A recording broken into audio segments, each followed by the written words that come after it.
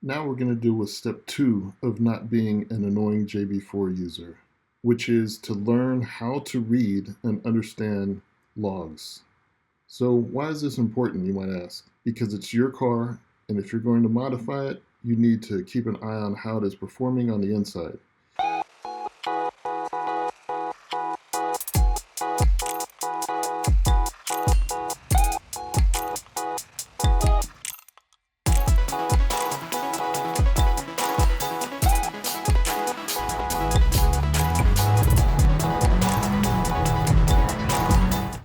You look at logs to find out what's happening as far as performance in order to determine why it's happening, so the mods do not negatively affect your engine. Also, you should understand what you are doing to your car as well as what the tuner is doing to the car, so you can speak the same language. Like I said before, this is all grown-up stuff. So I did my research for this video. It's a culmination of more than 4 different people I found helpful in reading logs, as well as the JB4 tech documentation. I like to triangulate information from multiple sources. That's how my scientific mind works, including the primary sources to help get a more complete look. Again, we're learning this together, and I like to share what I learned.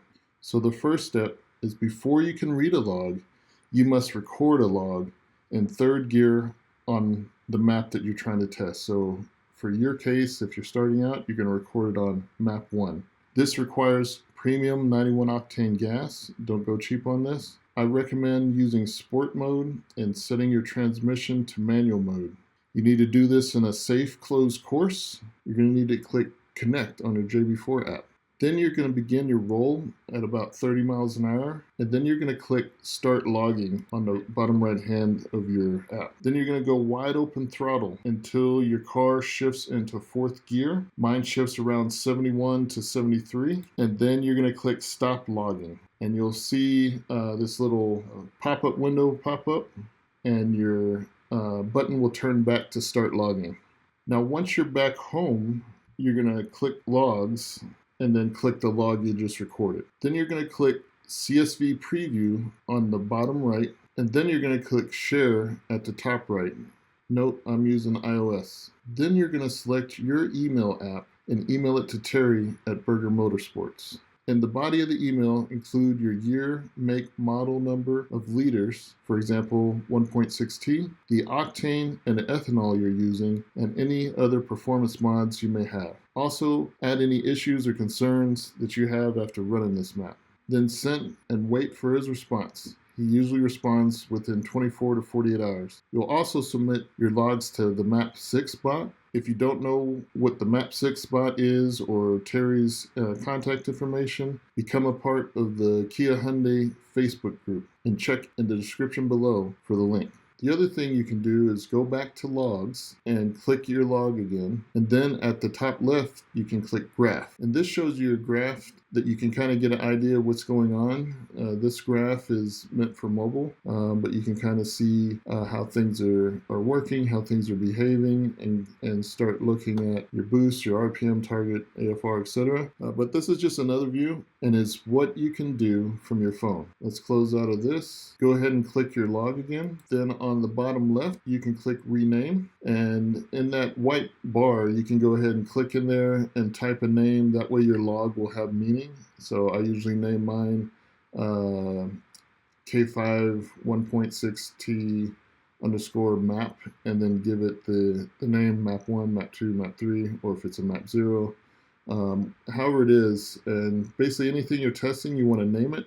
So later on, as you go back through this list, you can figure out what you did and why. Go ahead and click cancel, and then click your log again. So the top right button, email, I don't know if it works or not. I haven't confirmed this because there's no feedback in the mobile version. Like when I click the button, it doesn't tell me your email's been successfully sent.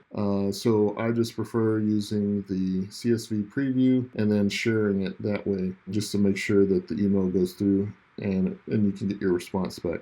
And that's it for the looking at the mobile and doing the logging. Now, although this video is for the JB4 log map reading, Kern 417 also recommends that you log your stock tune for a baseline with no maps. In our case, it would be map 0. And if you're having issues in general, log where you're having the issue.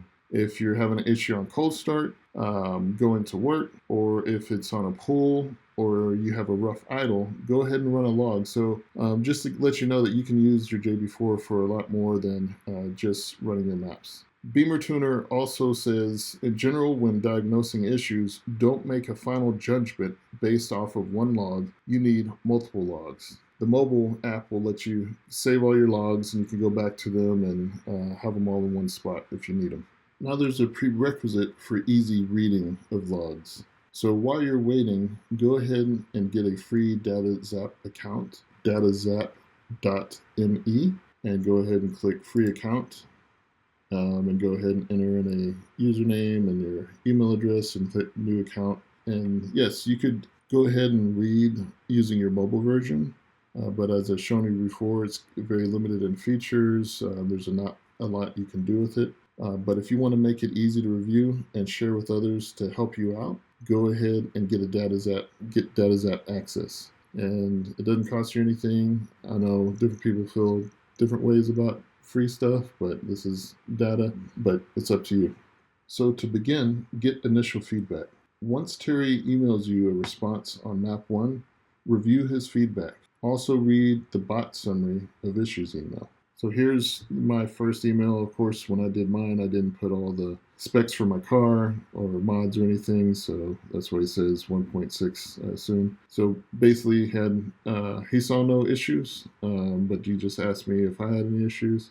That's why I just said, hey, go ahead and put it in your messages. So now when I send stuff, I just put no issues if there's no issues. He did advise me to update to the latest firmware, and he gave me the video of how to do that. So very helpful.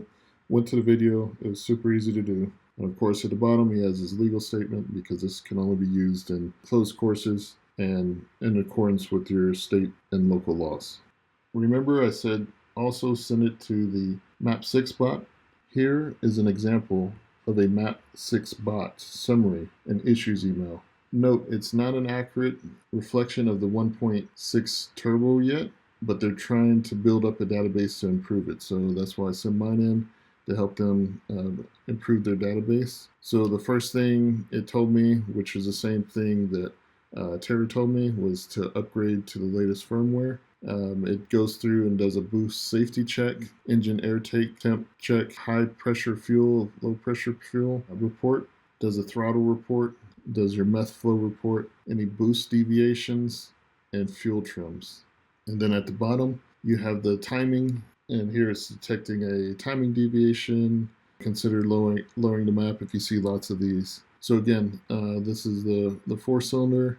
So this is just an example of that. So you can kind of look at both of them, and then you'll have 2 points of view on your report, and you can use these to help you understand what's going on. And I looked at these different, checking areas and see them as major or important things to look at, because if other people say this is important, it's probably important to us as new users to go ahead and look into this. So next, you're going to repeat recording your logs and getting feedback for maps 2 through 3. It's important to note that you need to re-gap your spark plugs or install the HKS spark plugs before using maps 2 or 3. You don't want to do any damage to your engine.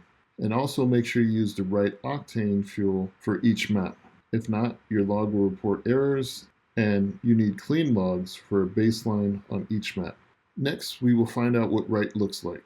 Reading logs is all about looking for patterns. So if you saw in the email, if Terry says they're good, now we can study ours to train our brain to see the patterns of what right looks like. I'm going to review my logs according to the 4-stroke engine cycle that we used in the last video. Again, I learned easiest visually. Now back at Datazap, let's go ahead and upload our logs. So we'll go ahead and click Upload Log. We'll go ahead and upload English. Okay, so I'm just going to select my first map, drag it and drop it into this box. You can select the fueling used, like on here it's 91 octane. And we'll call this map 1. And I don't want to do this public. And go ahead and hit save. And it gives us a map being created. I'm going to go back because we want to get all of these in first, and then we'll go back to it. So the same thing, I'm going to click the second map, drag it over, select the fueling, and the only choice is E30, so I'll drop that. It's closest to it.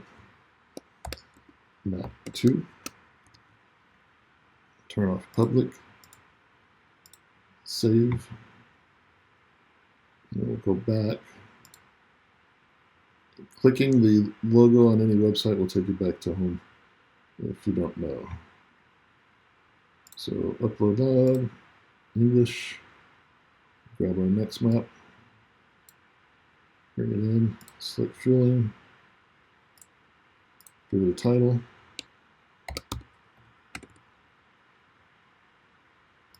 and turn off public, and then hit save. And we have 3 different maps. Go back home. And so now we have all of our maps down below that we just added. And we're going to go ahead and click the first map. So this looks strange because the first time I ran this, I was trying to learn what I was doing, and I really didn't know what I was doing. So I forgot to turn it off until I was way down the road, and so I've recorded way more than I needed to. But Kern417 gave 2 power tips. He says you can select the range and filter out and focus on an area. He said also if a line is too high above the others to see the scale, you can click on it to make a new scale so it doesn't hide the rest of the data. So what we're going to do is select the area that we want to look at, which is this first run when I started everything out.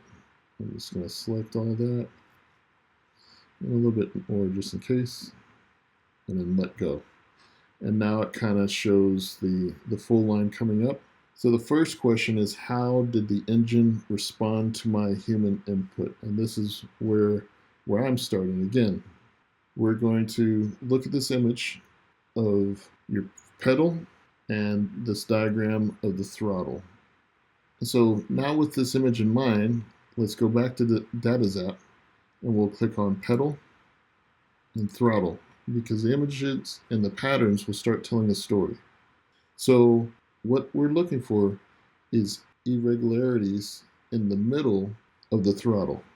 The ECU generally uses throttle to regulate the ECU PSI and DME boost target. As we said in the previous video, closing the throttle when the ECU PSI exceeds the DME boost target, which can happen for a variety of reasons.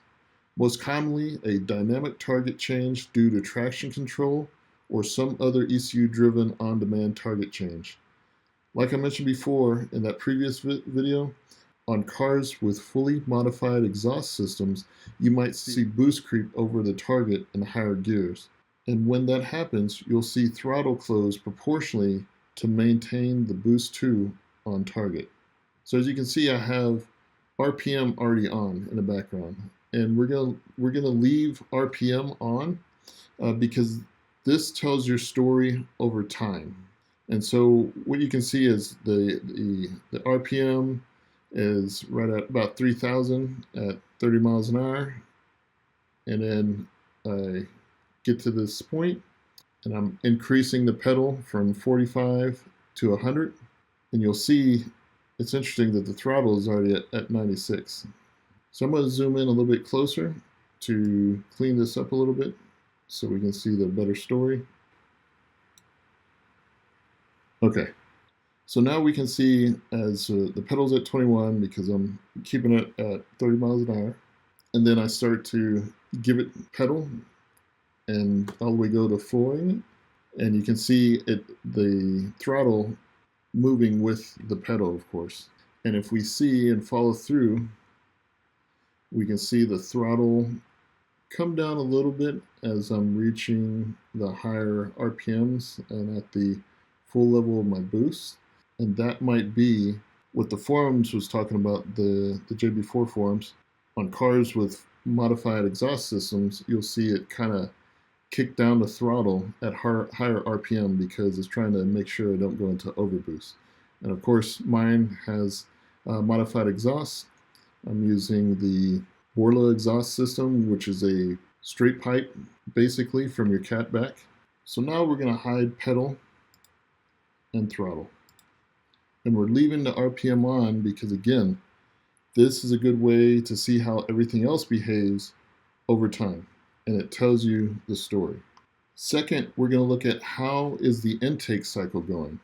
So let's look back to the turbo diagram to reorientate ourselves to the intake for a better conceptual understanding. So if we look, we can see air comes into the air filter and goes through the mass airflow sensor all the way through into the turbo, and the turbo into intercooler, into the throttle body, intake manifold, and into the cylinder. So this is where we're at, because sometimes looking at the maps or looking at the logs only makes sense if you have a visual to connect them to. So now back to the Datazap. With the RPM still on, we're going to show throttle and boost too. So let's click throttle. There it is all the way at the bottom. Warning, you want to make sure that you don't exceed 24 pounds on a stock turbo. So if we're following boost, and as the throttle's coming up, we're looking at boost, we're at 16.7, and we're pretty good there. And then we're hitting 20.39, and then we hit 21. And then as we're getting up to full RPMs, we're tapering boost down to 16. And this is JB4, one, protecting your engine and making sure your engine stays reliable, just because that's the way they do things over there. And also to note that once you're getting at the higher RPMs, I think at 5,500, let me close that off. At around 5,500, you're hitting max torque there. And so once you hit max torque, you're starting to lose torque, although maybe your horsepower is coming up. But really your pulling power is what you're looking for. So here it's kind of tapering off as your torque is going down for several reasons.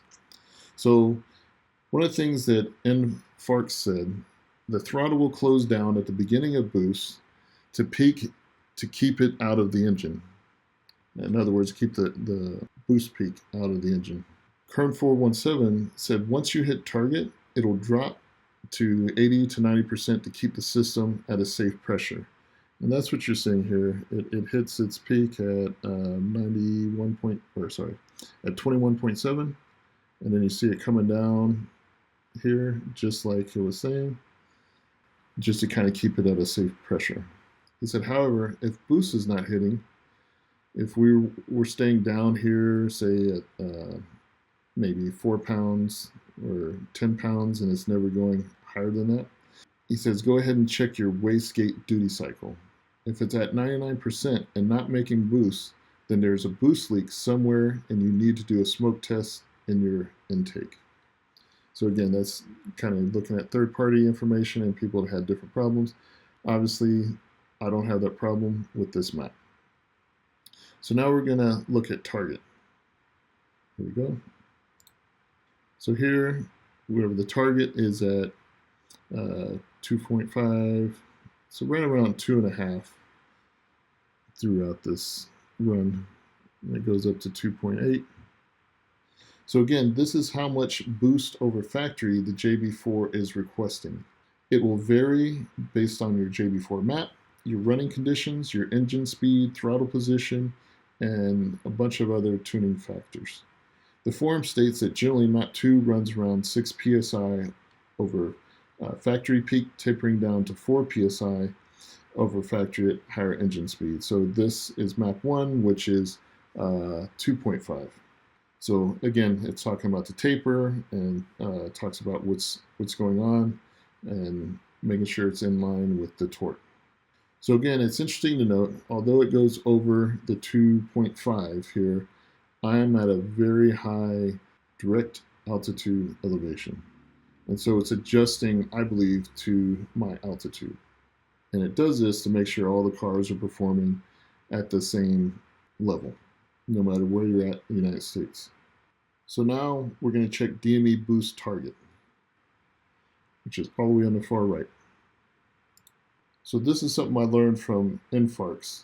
He says, although we understand that this represents how much boost the ECU is requesting at a given moment when we're looking at the forums, Infarks says that the DME boost target can indicate how happy your car is with what is happening and if you're running too much torque in a certain gear.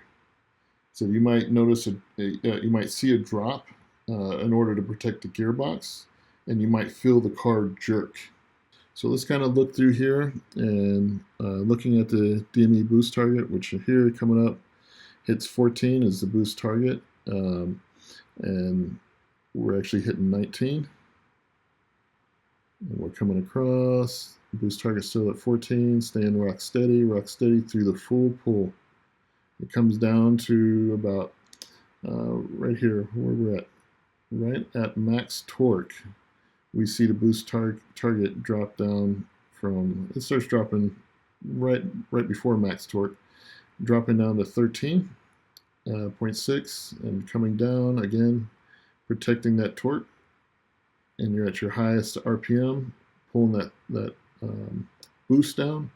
Again, it's the boost, the DME boost target is also working with JB4 to pull down at the higher RPMs to keep everything protected. So then, this is a very clean log, just kind of showing you what's happening and how it's all protected. So the third step is to look at how the combustion cycle is going.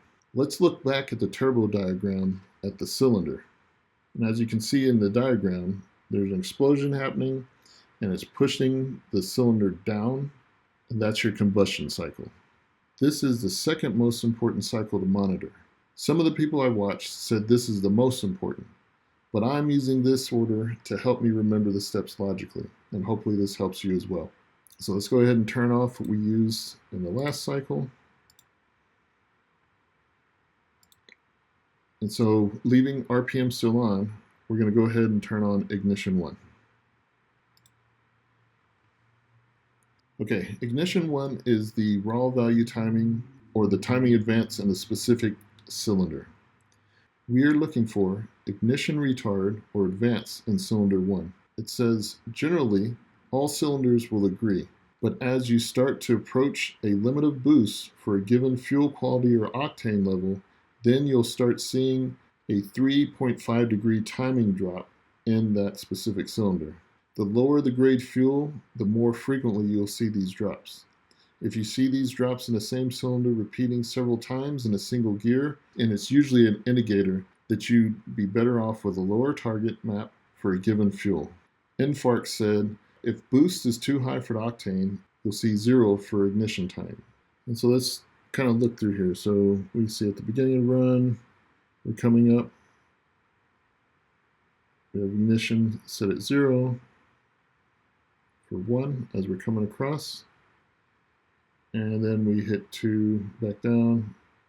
And then this is at the top RPM right before it shifts into 4th gear.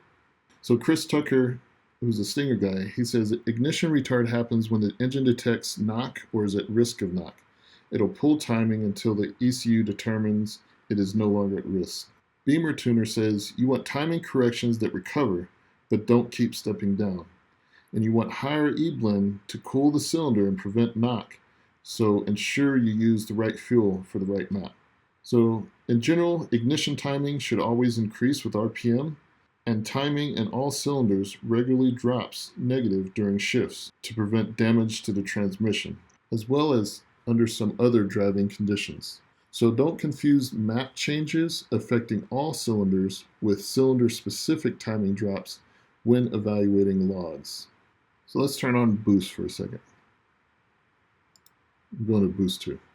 So Kern417 pointed out that boost and timing are balanced. As boost goes up, timing goes down, and as boost goes down, timing goes up.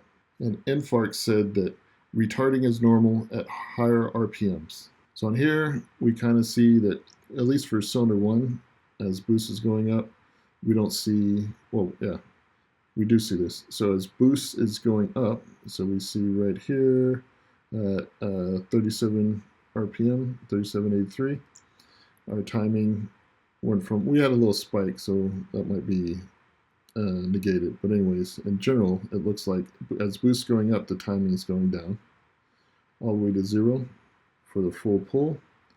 And then right at the shift, basically, you start seeing timing popping. And one thing, JB4 doesn't show the negatives, but it might show what's going on here. And we'll go ahead and show the other ignitions as well, but just kind of want to validate what these people are saying using my map1 log. I want to look at air-fuel ratio.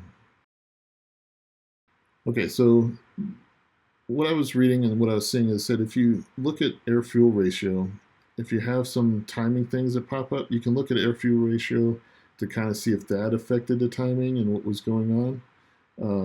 And here you can see my air-fuel ratio is about 14, and it pops up right as I'm switching over or throttling up. And then it hits that high 15.8, then it pops it back down to 13 and brings it down for the rest of the run. So they're just saying that if you look at air-fuel ratio, you can kind of see if something happened there that affects your timing. In my case, it didn't affect timing, so I'm going to turn that off. So now we're going to look at all the ignitions that we have. So we've got 4 cylinders, so we're going to look at ignition 2, 3, and 4. And so here, now you can see a little bit more with the story and what's going on. So we can kind of see at the beginning of the run, you can see the ignition at 0.8 on the beginning, and then everything comes down to 0. And then you see cylinders 3 and 4 coming back to a 0.8, all the way up to a 2.29, all the way up to a 3, 3.8, and cylinders 3 and 4. All the way here at the end, we got all cylinders right at the peak, getting ready to shift. And boom, then everything drops back to 0 after shift. So Burger Motorsports says it's normal to see timing drops. If you're trying to tune for 0 drops, then you'll end up leaving a lot of power on the table. And so we're looking at these timing corrections over time. And Terry addressed this in the forums. He said there's a difference between short-term and long-term timing corrections. Long-term timing corrections, some of them refer to as octane adaptations, are similar to short-term corrections.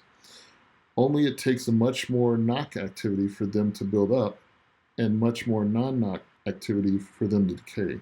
Short-term timing corrections will hit and decay over a few seconds. Long-term corrections will decay over a much longer period. And he goes on to say this system is similar to long-term and short-term fuel trims. So again, when we're looking inside our logs, especially as we're having this boost come up and then start, as the RPM's coming up, we have our boosts come up and then start bleeding back down once we get close to max torque. We're looking for those 3-degree timing corrections. And so we're looking for those for the entire run, and that would be the long-term timing correction factor. He says the cylinder specific movement up from 3 degrees and back is the short-term correction factor. So we can kind of see things move up and back, like real quick. Even as I'm sliding across, they move up, and some will move back. And it looks like 4 is kind of doing a little bit more long-term correction here, as well as 3. It comes up and then back again over a few seconds. But you can kind of see what they're saying is helpful in here. He says if you're having long-term timing corrections, he says disconnect the negative battery for 5 minutes, and that will reset it, and then put the negative battery back on, of course. And then he says this is a good tip if you're making a dramatic octane change, like going from 91 to E30, and you want to speed up the adaptation process because the engine has to learn the fuel you're using. And the way to speed it up is disconnect the battery and connect it back again. So the fourth step is to look at how the compression cycle is going. So let's look back at the turbo diagram at the cylinder. And as the diagram shown you, this is the cylinder going up right before combustion. And the reason why I'm looking at it this way, even though it's not in the specific sequence, I'm trying to keep it as close as the key things and the critical things up front, but keeping those critical things still in a sequential flow. From that point, this is third most important, so I put it third to me. So when we're looking at compression, we're talking air and fuel. So let's turn everything else off that we just looked at.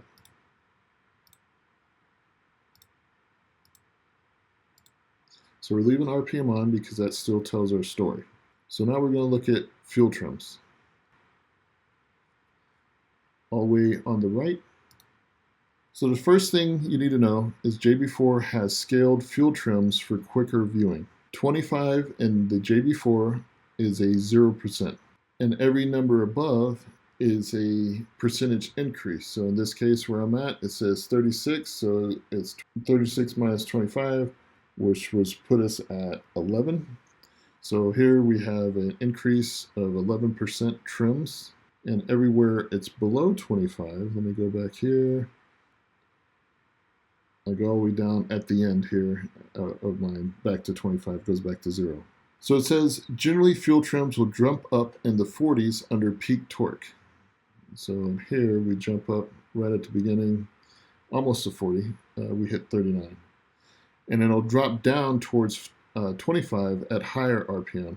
In my case, it dropped down a little bit, but down to 34. It says we're looking for long-term and short-term fuel trims. Trims are required to meet the air-fuel ratio target in the ECU. Negative numbers pull fuel out to meet the target air-fuel ratio. Beamer Tuner said fuel trims should be within 5% but not greater than 10%, or you will have issues with the system. So that's that's a third party running Mercedes, but we're running Kia. But still, I like listening and checking from other car platforms, etc.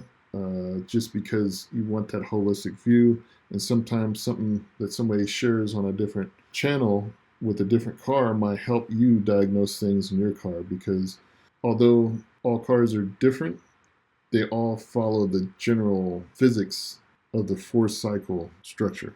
So let's go ahead and turn on air-fuel ratio.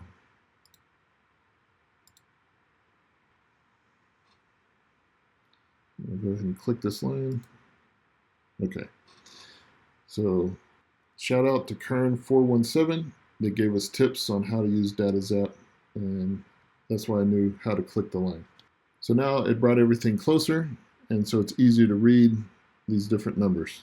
So the JB4 forum says that the factory air-fuel ratio runs stoic at 14.7 to 1 during lean spool mode, and quickly drops down to 10 to 1 under sustained full throttle. The JB4 will lean out the AFR dynamically to a target of around 11.9 to 1. If AFR goes leaner than 14 to 1 at higher RPM, the JB4 will disable. This is one of the fail-safes that I talked about in a previous video. Beamer Tuner said you want to run richer under high boost to cool the cylinders and prevent detonation. Kern417 said AFR goes up when you're not on throttle. And if AFR and trims oscillate, your O2 sensor is probably going bad. So let's kind of just check through this. So we're looking at AFRs here at the beginning of the run. AFR comes up to 15.8. As the trims come up at the same time, it's almost parallel. Then trims come down, AFR comes down. And as the run continues, we're about 13.4. And let's see back here. AFR kicked up just for a moment. Running through, trims 33, AFR is 12, running through, and we have this spike right as things are going up. and then it comes back down at the end right before shift. And the AFR dips down to 12 here. So, and at least in mine wasn't running. Well, it's 11.9, 12. I think it's within reason as it's running through. But one thing you look over time, the air-fuel ratio continues to dip from the beginning of run as we're going up. And so as RPM's going up, the AFR is going down a little bit. But we have all these fuel trims going on. So there's no trims being cut, but there is fuel being added to kind of keep this torque going, especially when we get to around peak torque right here. And we add a whole bunch right here at the end of the peak torque. I think that's probably when we hit the max horsepower. I have to double check on that, but that's what's happening. We hit max, shifting between the max torque to max horsepower, and then everything drops back down after that. So Infarct said the closer you get to 50, the less headroom you have in your system. He says maxing out is bad, meaning the ECU cannot add fuel and will run lean. If it locks at 25 across the board, that means the ECU is in an open loop and it's running blind. If it hits 0, the ECU cannot remove more fuel, running rich, and can cause a misfire. So check for WMI or CPI injection in those cases. So I'm not running either of those, but that's just other people kind of giving their feedback. So Chris Tucker also explained what affects this number. He said that increasing ethanol content will raise your trims because it is requiring more ethanol per parts of air to make the same power, and decreasing ethanol will lower your trims. So if you add CPI or WMI, you'll lower your trims due to more fuel in the system that the injectors do not have to add. So let's go ahead and hide trims. And we're going to show throttle. We're going to go ahead and double click the air-fuel ratio to kind of fix it so we can kind of see what's going on a little bit better visually. So now we're going to read air-fuel ratio with the throttle. So as we come in, as we bring the throttle up, the air-fuel ratio peaks and then pops back down. And as we're full throttle, but of course, like we said before, as you're going over time, the throttle will reduce so you don't overboost, especially as you're coming into these higher RPMs, and the AFR is coming down. So no issues here. Again, we're going back off of Terry and his feedback. He didn't see any issues. But again, we're just training our eyes to kind of see these patterns and see if we see anything as we go through this together. So again, the higher the number, the more lean, or more power, or more heat. And the lower the number, the more rich, because you want to see between 11.8 and 12.8 on wide open throttle. So we have wide open throttle, we have 12. We start off at like 13, but then it drops down throughout our throttle to within that 11.8 to 12.8. So no issues there. And you'll see it lean out at the shift. So here we got a shift, and then I keep clicking. And here you don't see the lean out that much on the Kia K5. So, but again, I like testing what people are saying, and we're looking at it real time together to see how it may be different from a Stinger, from a Beamer, and from the K5 1.6. So now we're going to go ahead and hide throttle, and let's look at the intake air temperature. Okay, so here we can kind of see as IoT comes in at the beginning, I was around 107, and then it kicks down to 105 as my throttle comes up. Let's see, yeah. So when the throttle's coming up, it drops down to 105, speed's increasing, but then here at about max torque, you see the IoTs starting to come up, especially all the way up to the peak temperature, engine working harder, full power, all the way at the end, right when it shifts, and I hit 111. And so when we think about intake air temperature, it can be thought of as intake manifold temperature, like we saw in the image previously when we were looking at the intake. High IATs can indicate heat soak. And here we're only at 111, so that's not bad. If you have the fuelet sensor, you can also read the high pressure fuel and check for drops. So I'm just going to show you. Let's go to the high pressure. I clicked high pressure, and what you'll see is a 0 all the way across. 1, because we don't have the fuelet sensor in our cars, and by default, it will not pick it up in the JB4. But it would be a good thing to add. We'll talk about that later. So let's turn that off. So if you do have the fuelet sensor, the fuel pressure you want is 10 or higher using JB4. Current 417 says watch the high as RPM goes up.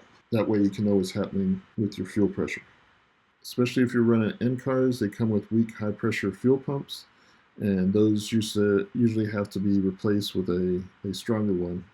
So fifth, we're going to look at how the exhaust cycle is going. So let's look back at the turbo diagram to reorientate ourselves to the exhaust phase. So if you look at your diagram, at the bottom you have the cylinder, and to the right of that you see the exhaust manifold through the wastegate, all the way out through the turbine, through your catalytic converter, and your exhaust system. And so we're talking about that right side. We've already talked about the left side with the intake. We all already talked about the center with the combustion, and the center again with compression. So now we're moving on to the right side of, after those 3 strokes are done, now it's moving to the 4th stroke, which is the exhaust. So now back to Datazap. We're going to hide what we turned on, everything but RPM. So now we're going to look at wastegate duty cycle and feed forward and boost 2. Now I'm going to click a line just so we can see it a little bit better. So Kern 417 gave another way to think about this. He said the wastegate duty cycle is how hard your turbo is working. 100% is working as hard as possible. So going back to the JB4 forms, the wastegate duty cycle, as the wastegate closes more for higher boosts. Values above 50 are closing the wastegate more. Values below 50 are opening the wastegate more, and exactly 50 is a complete pass-through with no changes. So let's look at the wastegate. So here at the beginning, we're following the gray line is your RPM. So the wastegate duty cycle is at 53. And so it's closing the wastegate more. So as we come across here at the beginning, we have the wastegate all the way at 45 at the beginning. And as we're coming through, as we're coming up, the wastegate duty cycle is going back down a little bit. But then you have this push again. As you're coming up RPM, the wastegate duty cycle is closing more. And usually in my car, when you punch it in that gear, you'll have that initial peak push, and then you'll feel it kind of pull down torque a little bit as it's going. But looking at the wastegate duty cycle, it keeps increasing with RPM all the way up to 49. Here it jumps to 54, and at the very peak, the wastegate duty cycle is all the way at 56. And on shift, it drops back down to 40 and starts coming across more. So feed forward is the amount of air we want to feed forward from the turbo.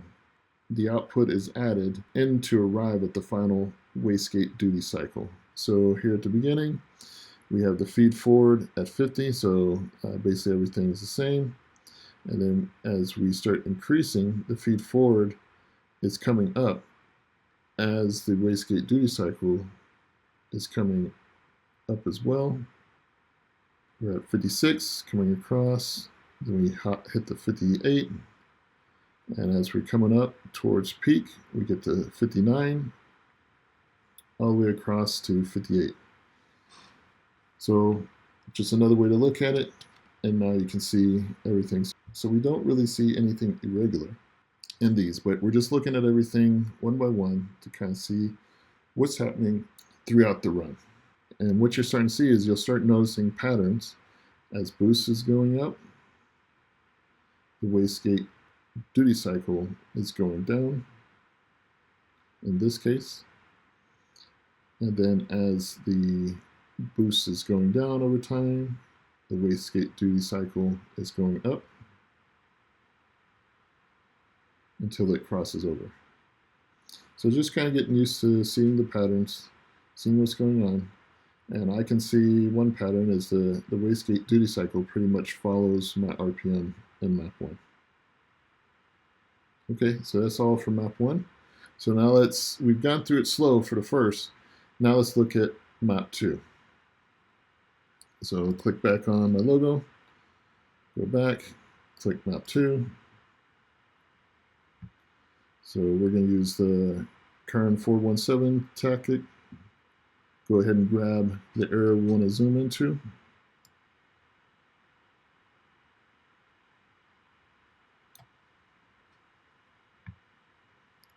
And I'll make it even cleaner.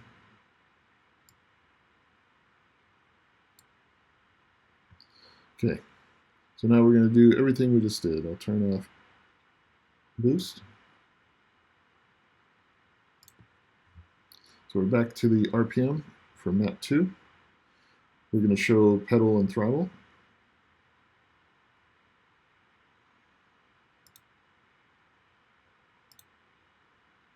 Okay, so let's go ahead and click in, see what's going on. We'll zoom in because when it's zoomed out, you can't really tell. But here we're looking at the pedal. I go from 20 to 100, and then the throttle quickly follows up to 96.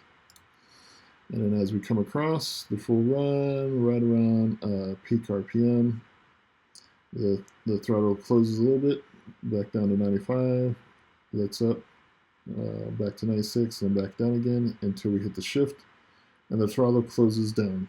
Again, the throttle closes down during shift to protect the transmission and also to keep it from slipping. So that was the human input. Now let's look at the intake cycle. So we're going to turn off throttle and pedal and come in with boost 2 with the throttle. And we'll also pull in target.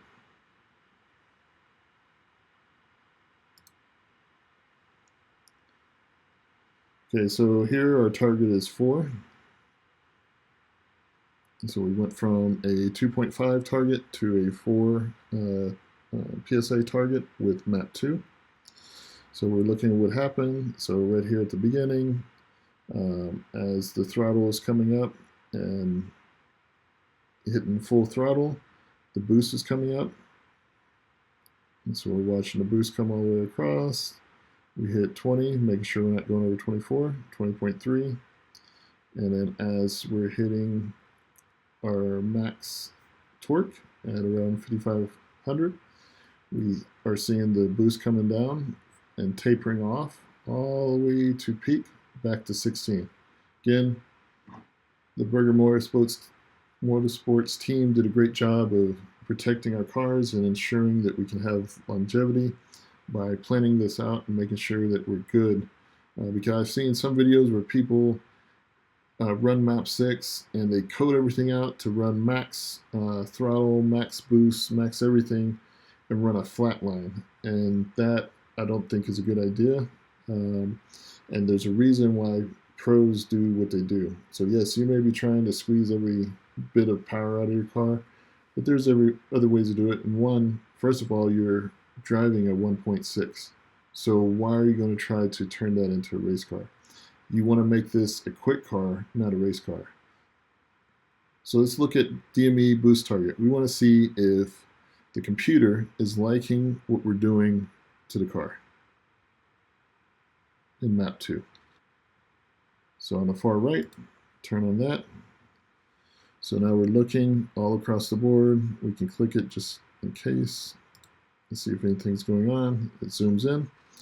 So if we look at the DME, it's happy all the way until we hit the max. We're about to hit the max. Then it pulls down a little bit, but we don't see any irregularities. We don't see it jumping up and down, and it's kind of flowing with what everything else is doing, following the boost.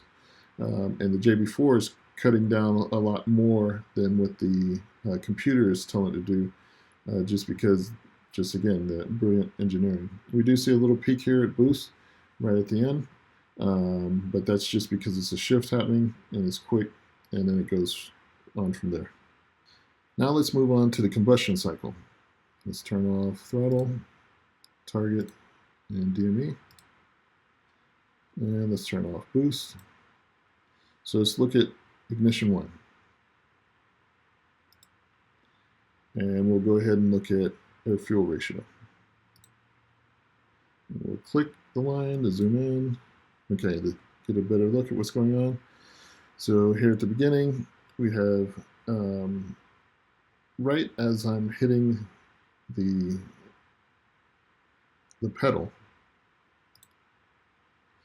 So you can see right as I'm hitting the pedal, full 100%, you have this little peak in ignition 1. So that's what's happening there. So that's why it's good to be able to kind of turn on and off things, toggle them on and off to see what's happening. So I'm doing that. I'm hitting the pedal, it's responding, it's doing a timing change.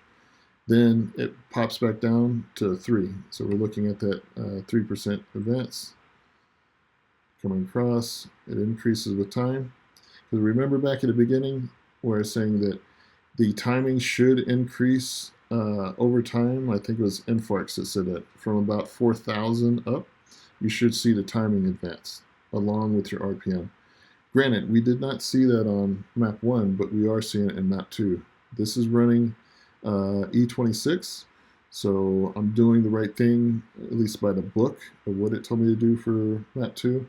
And I've already changed the spark plugs on this, and so that's what we're doing. This is new HKS spark plugs running, and we're seeing the advanced timing. And I have a theory that maybe the timing might be a little bit different on the quality of plugs we're using as well, but I can't prove that theory, but it was just something that I was thinking about. So we see this timing increase all the way across, and we're looking for short-term and long-term timing corrections. At least 3 degrees of timing for entire run, and then back would be short-term. So this is more a time increase for the long-term on this run, because it's not going up and down and up and down. It's short. It's doing what it needs to do. So let's go ahead and turn on the rest of them.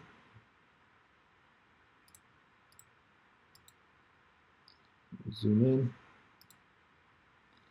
Okay, we can kind of see, so we can see almost everybody's in tune with each other. All the way across, we're seeing 3s. 3.5, hitting 6. So all of them are advancing in unison together.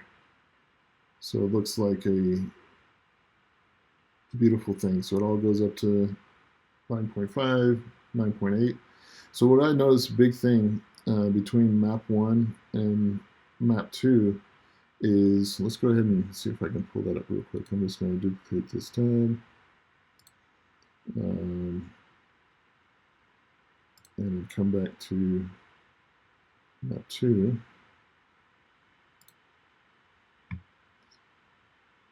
Go back and open map 1 in this screen. Let's go back to our timing.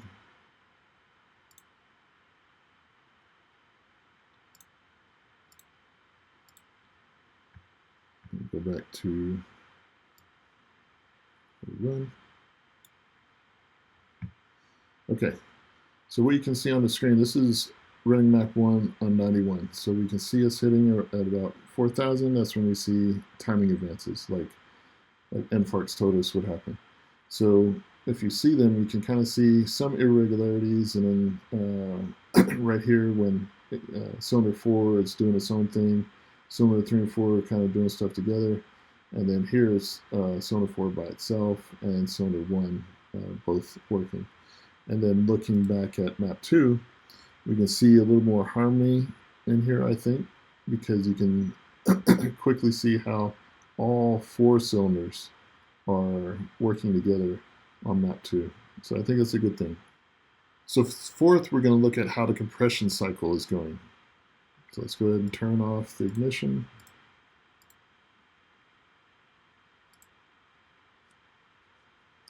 So we're going to leave air-fuel ratio on, and we're going to turn on trims.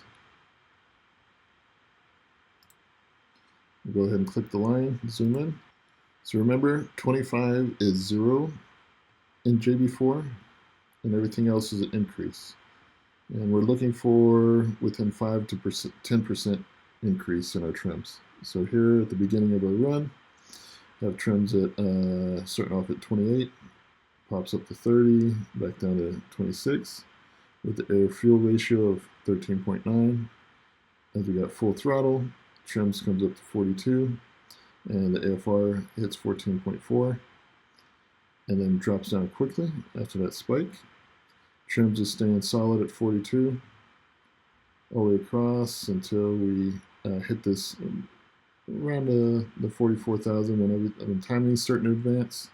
Trims are coming down. Timing's still going to advance based off of our last look. Trims are at 40. Air-fuel ratio is steadily coming down, and it's safe between that 11.8 and 12.8 mark all the way till max, and gets ready to shift over from there. So now we're going to pull in throttle with air-fuel ratio. Let's take off trims, turn on throttle, click our line. So here we see full throttle, comes down, trims, nothing looks crazy here. Again, we're looking for patterns. We're looking for quick dips and jagged edges and things like that. So now let's high throttle, look at the IATs. So I'm going to click the line to bring these in closer. There we go.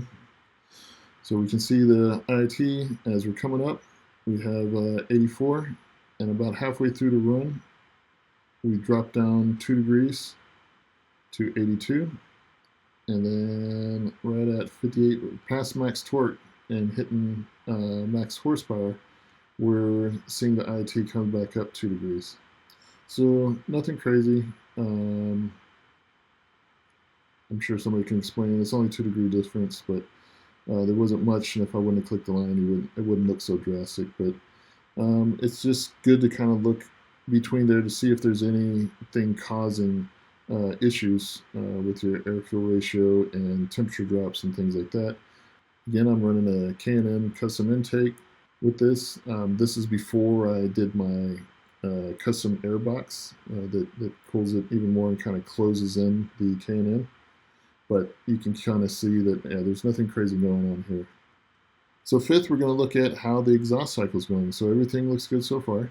So let's go ahead and turn off the IATs and air-fuel ratio. So now we're going to go back to wastegate duty cycle, and we're going to look at our feed forward. So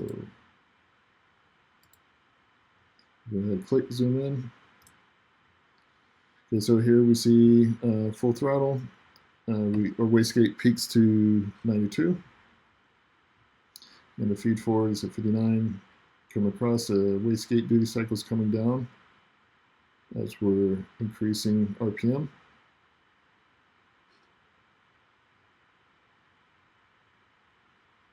So here, as the RPM is increasing on map 2, the wastegate duty cycle is increasing on map 2 as well, all the way to full torque. And we see the same thing, the feed forward is staying right at 61 all the way across. And if we can kind of go back and compare to the previous map, let me turn everything off.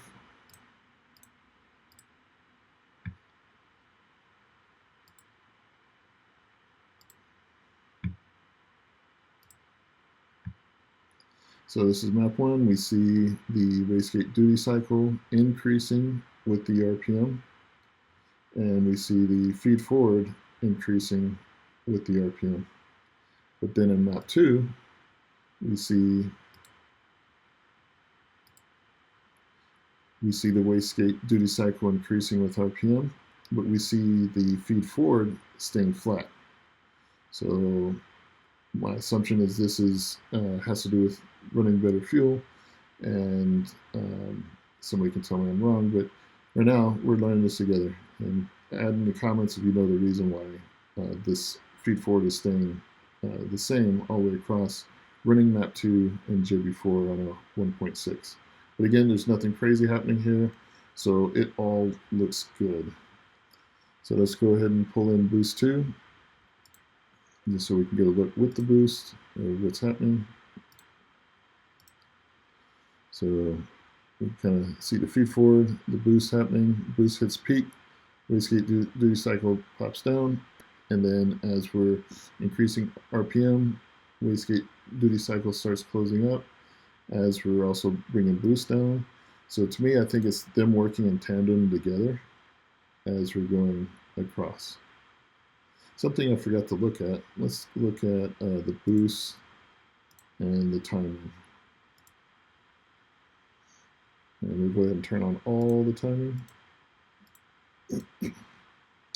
So I think this was Kern 417 said as boost and ignition is a balance. They're doing a dance.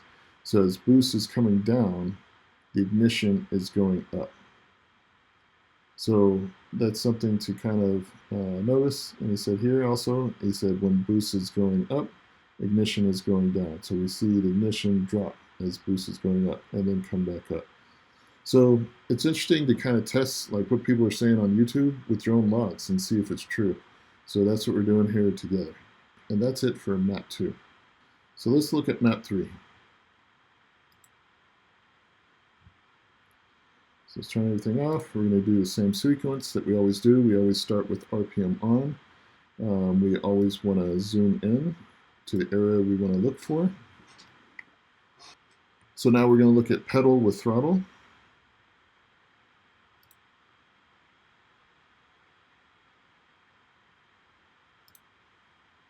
We're going to zoom in. So here we see the pedal, go to 100% pedal, throttle comes across, there's no weirdness, we just see compensation happening at the higher RPMs after we hit max torque. Again, to kind of help correct, we see this is on everything, so it's following the patterns that we saw for the other 2 maps. Now we're going to move into the intake cycle, so let's turn off throttle and pedal. And we're going to look at boost 2 with the throttle. We'll go ahead and click in to zoom in. So we're looking how this tells the story. So as our throttle opens up, we have the boost coming up. And boost, we're making sure it doesn't go above 24. And this is boost 2 in your manifold. You can also go back and look at your DME to see, does the computer like map 3? So here, just so we can see, I'm clicked in to zoom in. So we can see the DME is good all the way across. It seems happy. The DME is coming down as we hit max torque and everything. And JB4 is doing what it needs to do. And so our max JB4 is right at 22.4. So still underneath the 24, nothing crazy going on, and looks smooth. So the other thing we need to look at is target. I usually do this second, but we can see what our target was. So our target is 5. Our target is 5 psi. We noticed that map 2 was 4 psi. So we're coming across. So we hit at our target here, and then we see as we're increasing, the target starts stepping down over time, all the way down to 4. So this is essentially at the end of the run, you're running the map 2, but you're beginning with map 3. So just another way to look at this, how it's dropping down over time. Let's double check with map 2 and see what that was doing with the target. Let me turn off the ignition.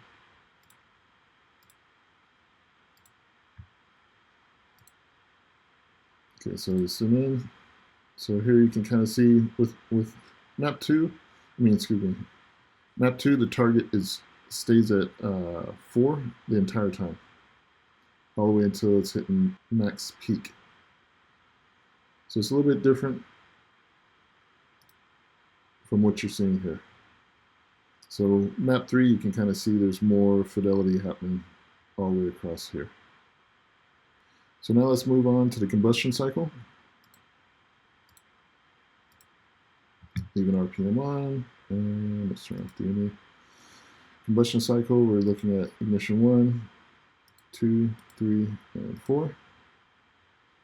Let's go ahead and zoom in. So you can see at the beginning of the run, ignition 1 at 0, then it starts coming on, increasing, and wow, look at that pattern. As the RPM is increasing, all the cylinders are increasing. Got to zoom back out. Okay, I accidentally clicked it. Let's go back. Let's go back and reselect our portion. Okay, here we go.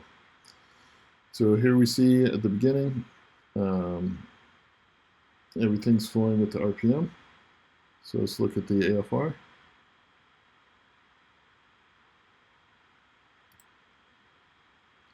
So we can see the AFR comes up, always at the beginning, it peaks up to about 15, then quickly recovers back down to 13, and the AFR is going down as the timing is advancing all the way across. So you can kind of see where these patterns where one thing is going down, where the other one's going up. Again, this is training your eye to kind of see if there's anything abnormal about the patterns. And again, you're looking for short-term corrections. If there's 3 degrees forward and back again.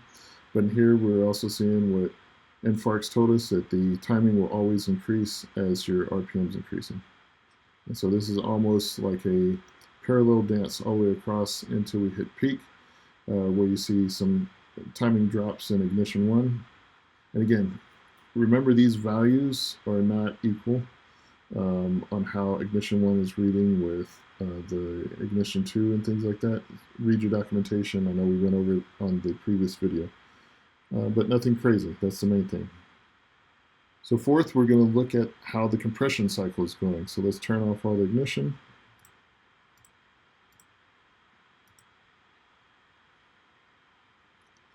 Turn on trims. Let's click our line. Okay, so now everything's, the lines are zoomed in, at least on their axes points. So here at the beginning, we see trims come up to 42, air fuel ratio at 13 dropping down. Trims stay at 42 and then slowly start coming down. So for this little spike here at max torque, they continue to come down as the RPM is going up. And so you can kind of see that, for me, the pattern here is the trims and the AFR are kind of like coming down on the same pattern, at least in map 3. Let's double check map 2.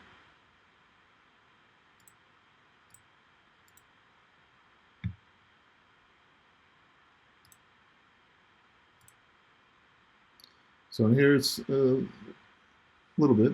So yeah, there's trims coming down, AFR is coming down and up. So maybe not as much on map 2. So maybe each map is going to be a little bit different as you're going across with increase. But definitely for map 3, it's easier to see these trims going on and how it's happening faster and doing what it needs to do to correct as you're increasing speed. So now we're going to pull in throttle.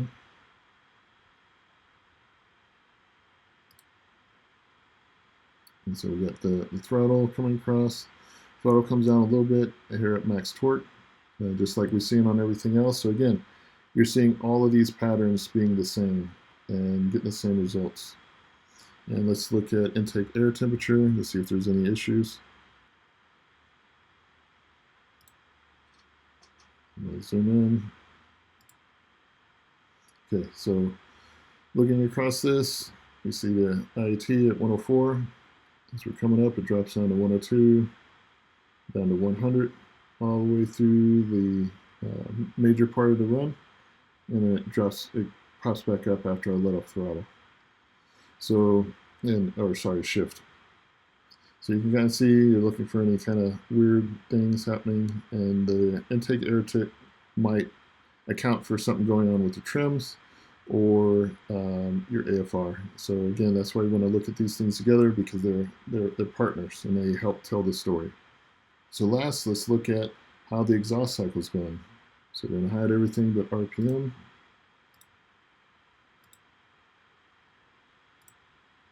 Let's turn on wastegate duty cycle and feed forward.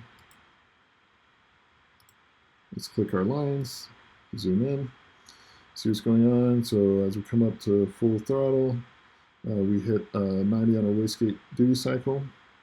Then it quickly drops to 66 as our feed forward is going up. And our wastegate duty cycle continues to drop down to 49 here, almost at max torque, or getting close to it. And then once we hit max torque about here, we did see the feed forward kind of pop up and down, and then it hits steady for the rest of the run throughout. And then the wastegate duty cycle is continuing to increase. So other than this spike in the middle, it's a short-term spike, so usually those you don't put much attention to. It doesn't illustrate a problem with your car, but it's something to look at. So you're looking for how this is going. Looks okay, everything's within range. You don't have a pegged wastegate duty cycle at 99 throughout this whole run. You don't have any leaks. So the car itself is liking what's going on. We checked that with the DME boost target. So that concludes reading these first three logs. So I hope that you found this helpful. Again, I'm an artist, not a tuner, but the way I learn is by learning from experts, and then me being able to teach it kind of helps me learn on a different level, because it's, everything I learn I want to share with others, because aside from being an artist, I'm also a teacher. But I do like learning from doing and sharing with others, and hopefully this has helped you. So enjoy.